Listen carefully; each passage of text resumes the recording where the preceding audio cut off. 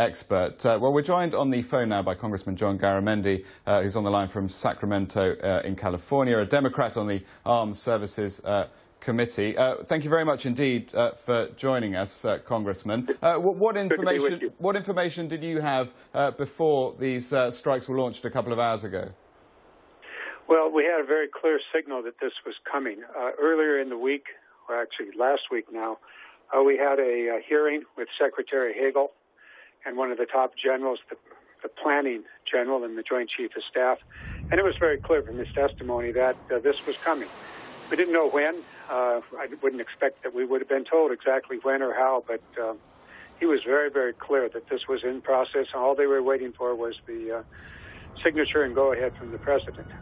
Was there anything in particular that may have moved it forward? And I'm just thinking about, for example, what we were seeing yesterday, which was a huge influx of refugees from northern Syria into Turkey because of an advance by Islamic State militants. So could that have pushed things forward?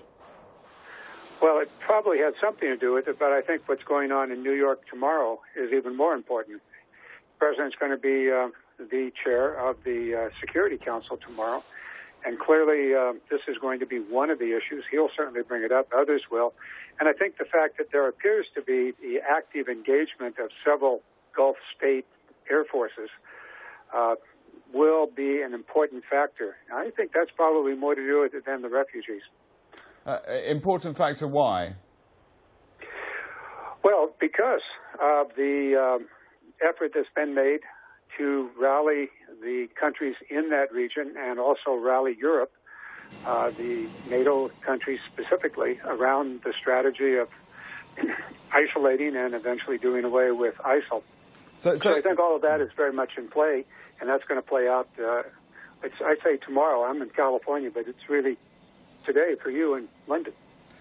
Is it just symbolic, the involvement of those Arab states, or is it a genuine contribution? But even if it is symbolic, how important is that?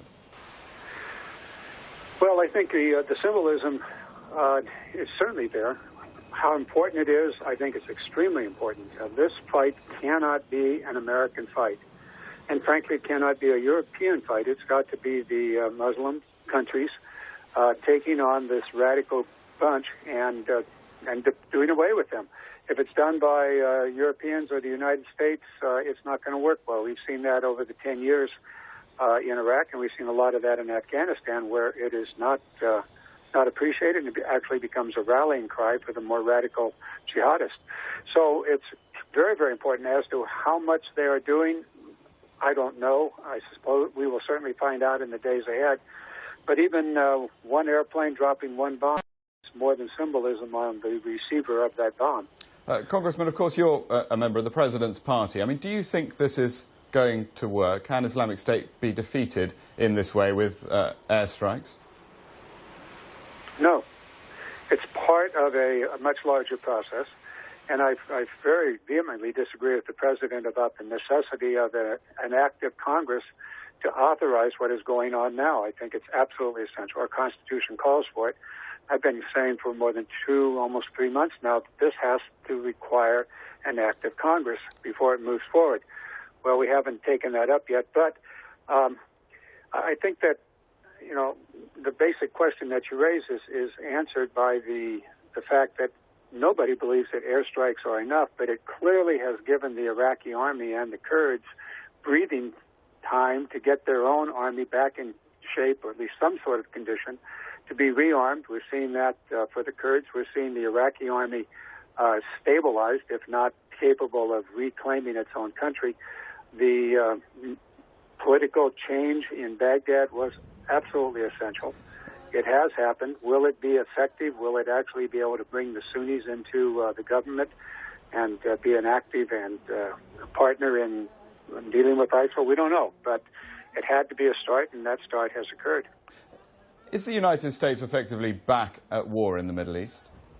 Absolutely. There's no doubt in my mind, nor in the President's mind, or in Secretary Hagel's mind, or in John Kerry's mind. They call it a war, and indeed that's what it is.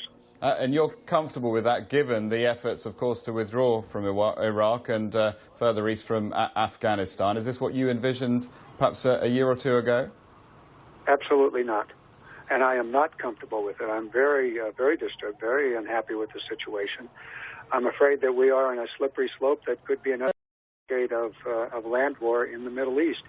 I don't like it. That's one of the reasons I've been calling on Congress to debate this issue so that we can fully understand where we're going, what the costs are going to be, how we're going to pay for it, what the loss of lives and treasure will be.